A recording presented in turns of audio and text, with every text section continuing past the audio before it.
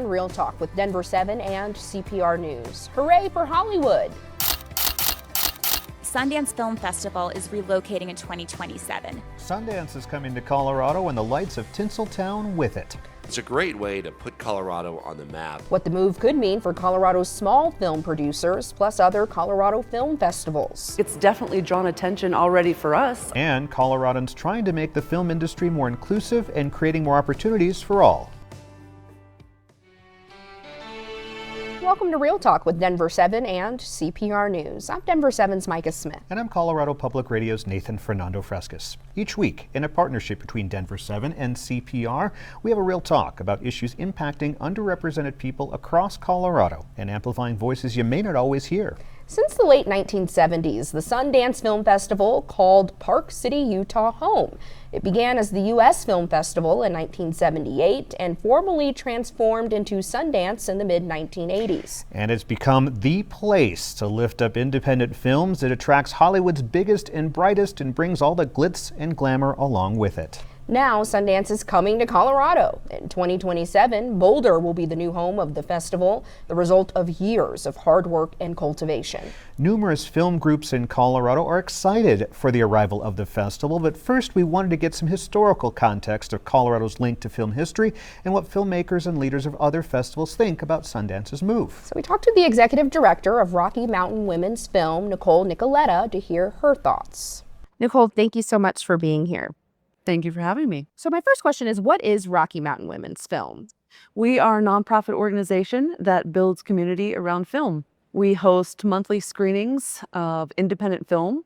Almost all of our films are created, written, directed, and produced by women. If not, if there is a man in the production process, which is perfectly great, the story elevates the voices of women or those often unheard and unseen. So we have monthly screenings, we have independent film theater pop-ups, and of course the Rocky Mountain Women's Film Festival. This year is in October. We're the longest running women's film festival in North America. Yeah. Decades, right? Yes, this will be the 38th year. That's amazing. And the fact that you are lifting up these films and really highlighting women in film is amazing. What do you think about Sundance's move to Colorado? Sure, it's exciting. It's very exciting. Our artistic director, Linda Broker, said it very well. Actually, the quote that John F. Kennedy had once said was, a rising tide lifts all boats. And truly, I think it's going to be good for everybody. I think it's definitely drawn attention already for us. I know it's drawn attention to some of the smaller film festivals across the state. Maybe people aren't seeking that out so much, but now that they're hearing about Sundance, they're thinking, well, what other film festivals do we have going on? What is the film culture in the state of Colorado? So it's already been great. I know for some festival organizers and even some of our lawmakers, there has been just a little bit of concern that Sundance is getting so much attention and, quite frankly, so much monetary support from the state. Do you feel that at all in terms of maybe a disparity between what Sundance is getting and what other film festivals get? I haven't felt it yet. We haven't felt it yet. We are very fortunate to have the support of a lot of our local El Paso County supporters, our local government in Colorado Springs. So far we feel good. We've always had some great support from the Colorado Film and Media Department, which is great, and I don't expect that will change. So as of right now, haven't felt it, and I get it, right? I mean, it's a big name. They bring in big name actors and actresses, so I get it. But so far, we're good. Yeah? Yeah. And Nicole, Sundance leaders have criticized themselves for not being as inclusive as they can be. And they have a lot of different groups and plans in the works to try to be more inclusive. But do you think that the festival needs more inclusion and equity yourself? And if you do, how can they work toward that? Well, I can't speak to what they've done in the past or what they're planning to do in the future, but what organization couldn't stand to be more inclusive, right? In some way, whether that's with their marketing, their geo-targeting and social media, there's always a way to be more inclusive. But in terms of working with Sundance, absolutely, they can, reach out to us. We'll reach out to them. I've already reached out to the ACT Film Festival in Fort Collins. We do some work with the Pueblo Film Festival. So collaboration is always good. Yeah. Well, and you have been so vital to the film industry for 38 years, like you said. And how has, I guess, the industry shifted over those 38 years, including more women in film, lifting up the people that may not have been recognized? And how does, Sundance coming to Colorado fit into that?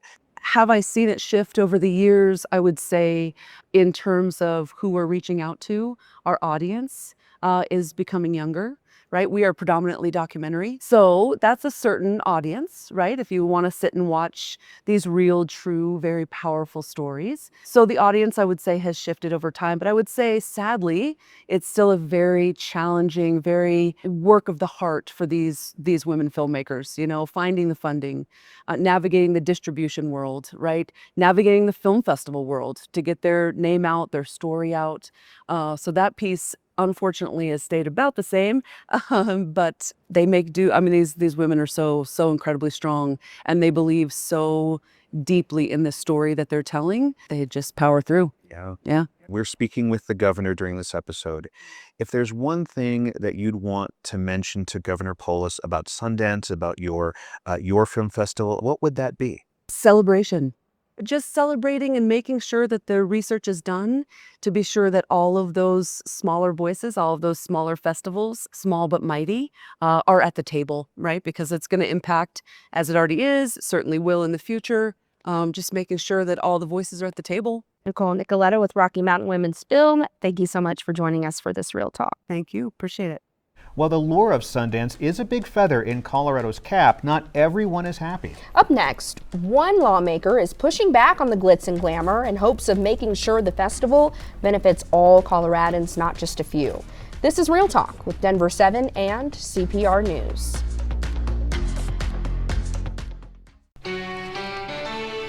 Welcome back to Real Talk with Denver7 and CPR News. I'm Colorado Public Radio's Nathan Fernando Frescas. And I'm Denver7's Micah Smith.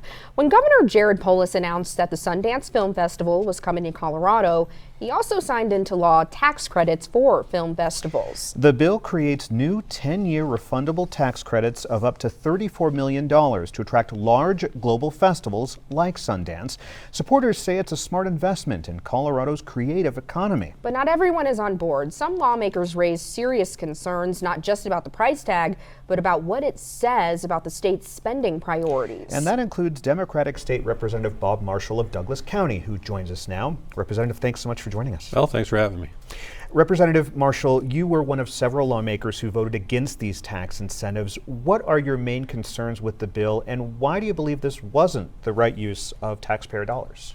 Well, I had both substantive and procedural concerns about it. It came to the business committee, which I sit on, and everyone kept saying, oh, this is going to bring in hundreds of millions of dollars of economic activity. Well, it would definitely be concentrated in Boulder. So I asked the obvious question. I thought, how much money is Boulder putting up? We had a city council member from Boulder. We had the head of the Office of Economic Development. We had the two prime sponsors, and nobody could give me a straight answer, which I thought was a very easy question.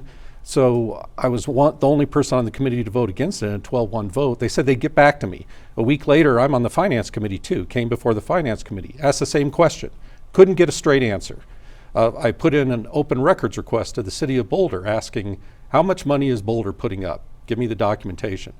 They kept stiff-arming me for quite a while, and finally found out. They responded and said they had none. There was nothing that they were putting up, but they might have some secret side deals in the future. And I was like, secret side deals in the future? This is public money. It should be done in an open, transparent manner. So I was quite upset about that process. Substantively, too, I was concerned because they were putting out, oh, we're going to get all this money. All the resorts are going to be filled. The restaurants are going to be filled. The hotels, all this economic activity in like a 2 to 3 week period. And my thought on it was, well, that's wonderful. A lot of people are making money, but everybody who's making minimum wage without health insurance during those 3 weeks is going to make minimum wage without health insurance.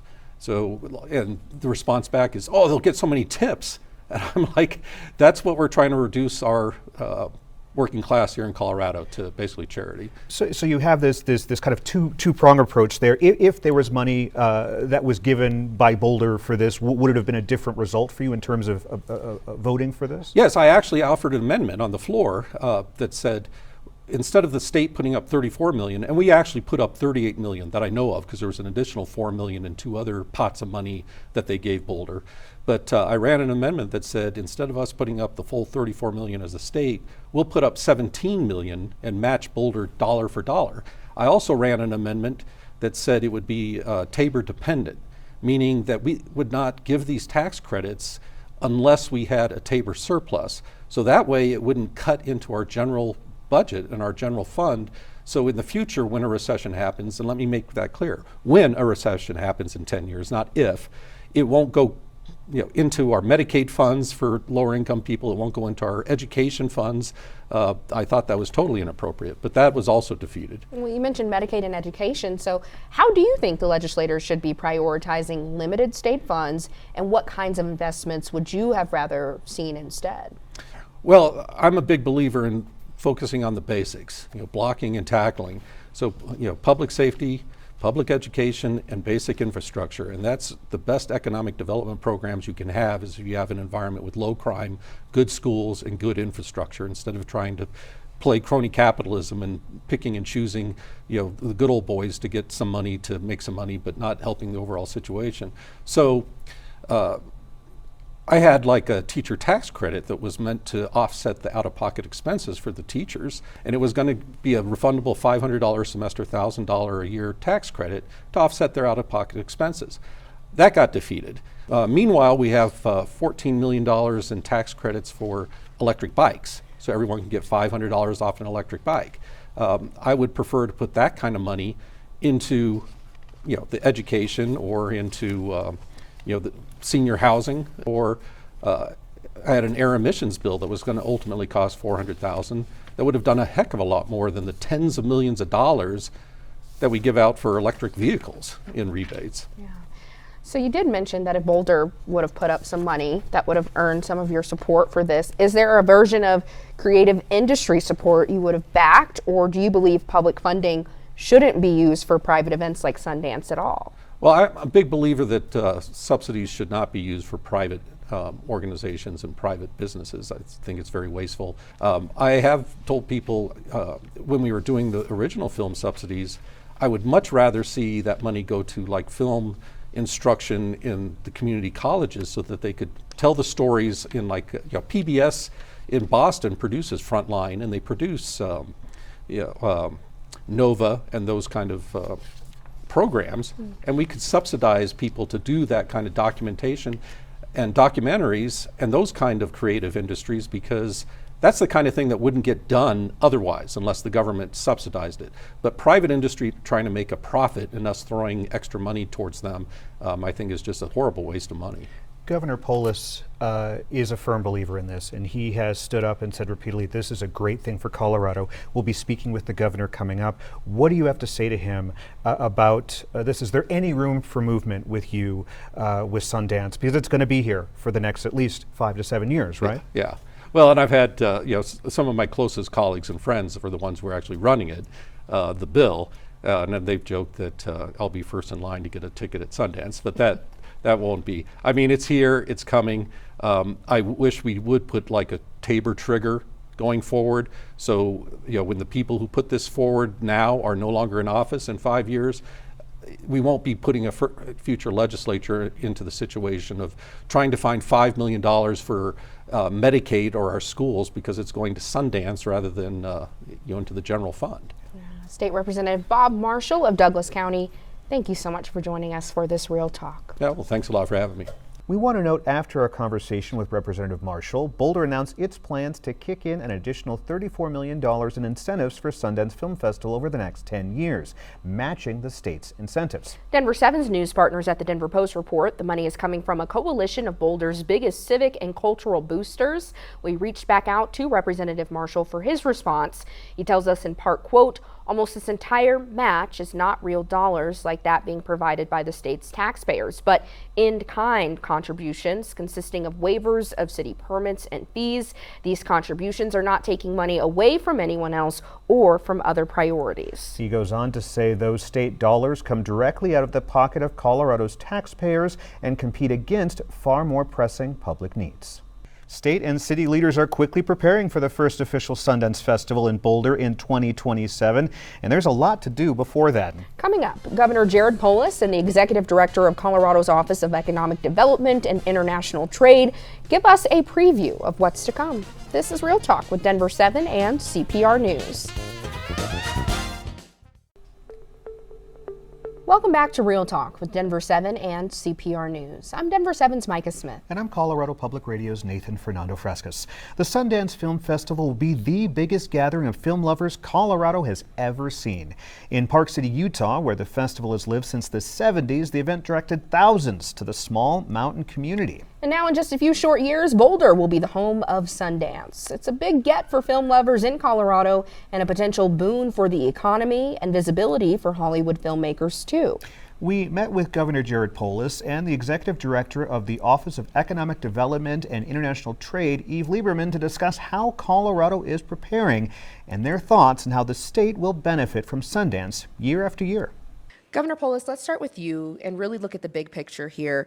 You estimate Sundance Film Festival could generate more than $100 million a year for the state and create about 1,500 jobs. Specifically, what kind of work are we talking about and overall impact? Sure. Well, those are really just the direct jobs. But if you think about it, these 70, 80, 90,000 folks coming to Colorado in the middle of January, which is a great time for our state. Many of them are also going to enjoy other things Colorado has to offer. So in addition to the direct impact from the festival, many people are also going to extend their stay, go to the mountains and ski, come to Denver, Colorado Springs, view the cultural attractions that we have.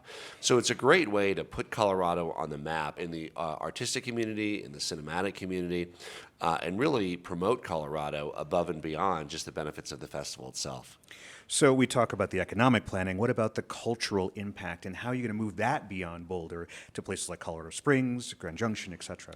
Sundance has really been interested in a statewide partnership. They're already attending events and really excited in doing outreach and elevating the cinematic arts across our state. It's so exciting to see grassroots festivals like the Pueblo Film Festival get up and going. We already are the home to many existing festivals like Denver Film.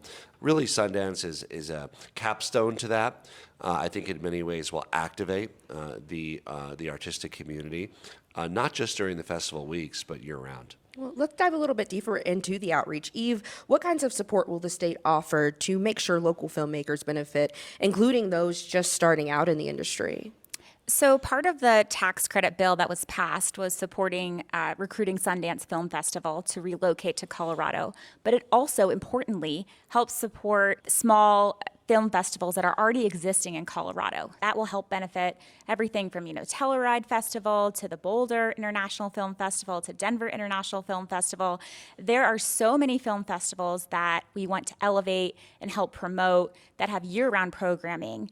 Yeah, and Real Talk is all about lifting up diverse voices in our community. How is your office working to ensure that the opportunities created by the festival are equitable and inclusive, meaning especially for underrepresented communities across the state? The amazing thing about the Sundance Film Festival is that they really want to lift the tide of all boats. So they want to help support communities across Colorado be part of the existing infrastructure and events, not just in terms of supporting artists, but also in terms of other types of events that are occurring across Colorado. So for instance, the Native Lens Symposium is occurring in June in Durango at Fort Lewis College. That's something that our office has helped supporting. It promotes mentorship and career development for Indigenous filmmakers. Sundance Film Festival is relocating in 2027, but they are participating in the Native Lens Symposium this year. So they're already making that commitment to supporting and uplifting new and diverse voices across Colorado. And Governor Polis, earlier in the show, we heard from State Representative Bob Marshall, who quite frankly criticized the $34 million tax incentive to relocate Sundance Film Festival. And he's arguing that these resources are being diverted away from core government functions like education and teacher pay. What's your response to that pushback, and why do you believe that this investment is worth it? Well, if that's what he asserted, it's incorrect. These are surplus dollars, to be clear. We have a strong budget surplus in Colorado that's refunded through a variety of tax credits. So this does not affect investment in our schools or anything else. The second part, he's right to the extent, sure, we'd rather get it for free, but it isn't how the world works. And Colorado, of course, has to be competitive, and we wouldn't even be talking about Sundance coming to Colorado were it not for the tax credit, which was part of our competitive proposal to defeat Cincinnati and Salt Lake City and win the Sundance Film Festival for Colorado. Eve, I have to ask you, are there specific goals or benchmarks that OEdit is using to measure whether Sundance Film Festival is delivering on some of its promises, not just economically, but in terms of job creation, small business growth, and just overall community impact?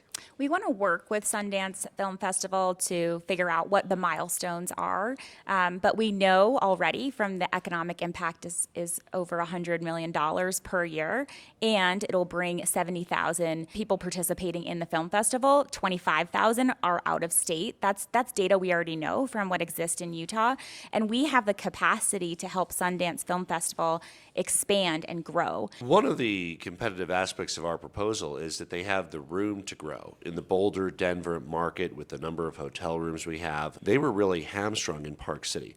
Very few hotel rooms, no room for growth. And so when you look at their 10-year plan, we expect, and frankly they expect, and one of the reasons they chose us is they'd like to grow even more in this coming decade. Yeah. Governor, we also heard from the Rocky Mountain Women's Film, who want to make sure Colorado's smaller film festivals are heard and maybe brought to the table. How will you do that? Well, really, Sundance began their work early in doing that. I think they either have had or are having discussions with many of those festivals. There's frankly a lot of synergies between many of the festivals that already occur across Colorado, many of whom are eligible as well for the tax credit, but all of whom will benefit from cross-promotion and really elevating the cinematic arts, but also to establish Colorado as a destination for filmgoers from across the country and across the world. At the Sundance Film Festival bill signing, you saw the film festival, smaller film festivals, all here to celebrate that signing. So that demonstrates the commitment by the Sundance Film Festival to really increase exposure and elevate those small film festivals that exist in Colorado. And Governor Polis and Eve, you both seem pretty passionate about film and the industry. So before we let you go, I have to ask, what is your favorite movie ever filmed in Colorado? Governor Polis, you get to go first, and then Eve, we want to hear from you. My goodness, ever filmed in Colorado? Which was the Chevy Chase one that was filmed in Colorado back in the Vacation. day? There you go. What National Lampoon? That one comes to mind. It had Okay. a part of it, I think, that was filmed here, if I'm not In mistaken. Pueblo. So I'm going to go with that. Yeah, that's a good one. Eve? So The Man Who Changed the World is a film that was actually the largest homegrown film in Colorado that we helped incentivize with our film tax credit. And the amazing thing about this film, too, was that it had a direct impact of $9 million, indirect impact of $15 million. And it was filmed in Boulder, Westminster, and also on the CU campus. So it really elevated and exposed the students to film production and the artistic community that we're helping to support. I haven't seen that one. I'll have to Me catch it. either. We'll have to add that to the list. Right. Governor Jared Polis and Eve Lieberman, thank you so much for joining us for this Real Talk. Thank you. Thank you. And that's this week's episode of Real Talk with Denver7 and CPR News. Every week we have a Real Talk on issues that impact Coloradans who are often overlooked. You can find all of our shows on denver7.com/realtalk or at cpr.org/realtalk. Have a great day.